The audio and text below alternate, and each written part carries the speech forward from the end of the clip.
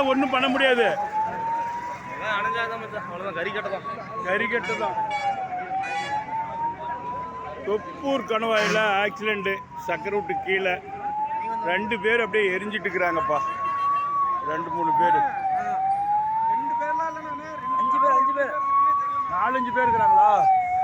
4-5 பேர் இருக்கிறாங்களா? அட கடவுளே, எத்தனை ஆக்சிடெண்ட்! இதுக்கெல்லாம் ஒரு விருது பாருங்க. எப்படி பாருங்க, பக்கத்துலேயே போகிறேன், ஸ்பாட்லேயே போகிறேன். அட கடவுளே சார்.